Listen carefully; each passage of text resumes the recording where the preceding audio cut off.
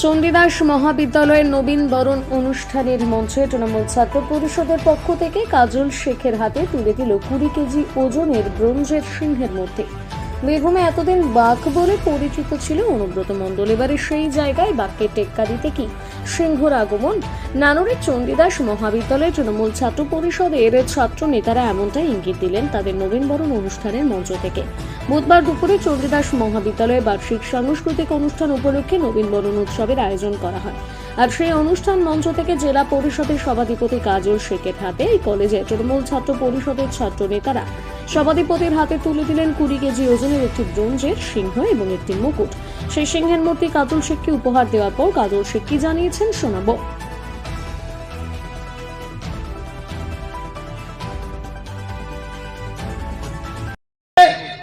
সিংহের মতোই সারা বীরভূম জেলা জুড়ে কোথাও অন্যায় অত্যাচার অবিচার হলে তাদের সে দুঃখ চিটিয়ে লড়াই করবে।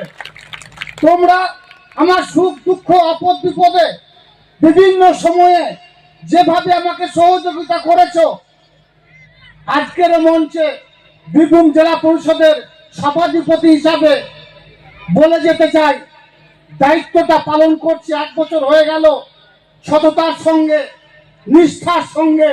কারণ তোমাদের সকলের জানা আছে আমি রাজনীতিটা করি, এটা আমার নেশা, আমার পেশা নয়। কোনদিন এটাকে পেশা হিসেবে নিব না। আজকের মঞ্চ থেকে কথা দিয়ে যাচ্ছি।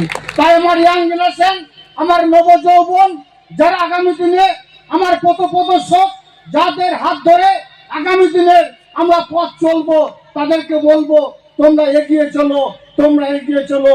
বিগত দিনেও তোমাদের পাশে আমি ছিলাম, এখনো আছি। কাজল শেখের শরীরে এক রক্তবিন্দু অবশিষ্ট থাকা পর্যন্ত তোমাদের পাশে থাকবো। আজকের মঞ্চ থেকে এই অঙ্গীকার করে গেলাম। আজকে